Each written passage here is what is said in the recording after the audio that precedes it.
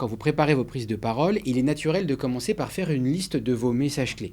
C'est d'ailleurs souvent ce que vous fournit vos services de communication et qui vous donne à la fin le sentiment désagréable d'être là pour passer les plats.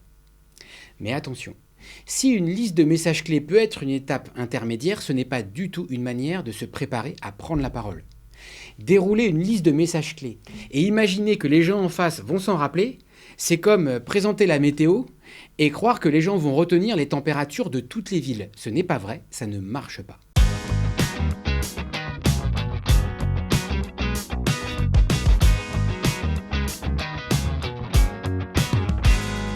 Les gens qui vous écoutent ne s'intéressent pas aux messages que vous leur transmettez.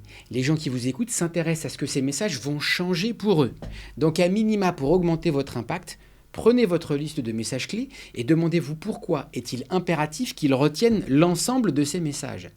Et là, vous allez voir apparaître des familles de sujets. Vous allez vous dire que tiens, ces messages-là concernent plutôt la conquête commerciale.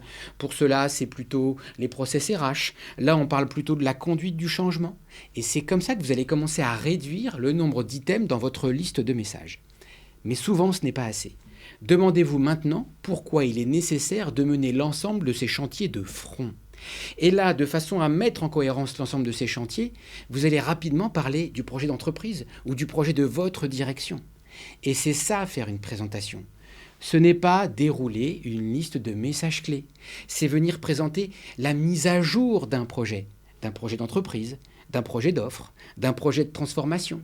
Et que la mise à jour de ce projet vous invite à suivre un chemin clair et cohérent qui passe par l'ensemble des messages clés que vous voulez transmettre.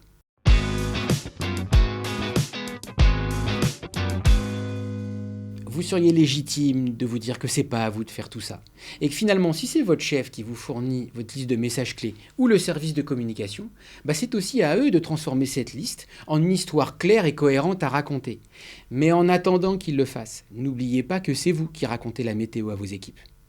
Alors si vous en avez assez de faire des exposés soporifiques et que vous trouvez intéressant de trouver un moyen d'appliquer de manière opérationnelle le storytelling dans vos présentations, je vous mets dans la description un lien vers la formation Le Storytelling pour réussir vos présentations. Voilà une nouvelle erreur à éviter. À vous de me dire maintenant en commentaire comment vous vous dépatouillez avec cette fameuse liste de messages clés.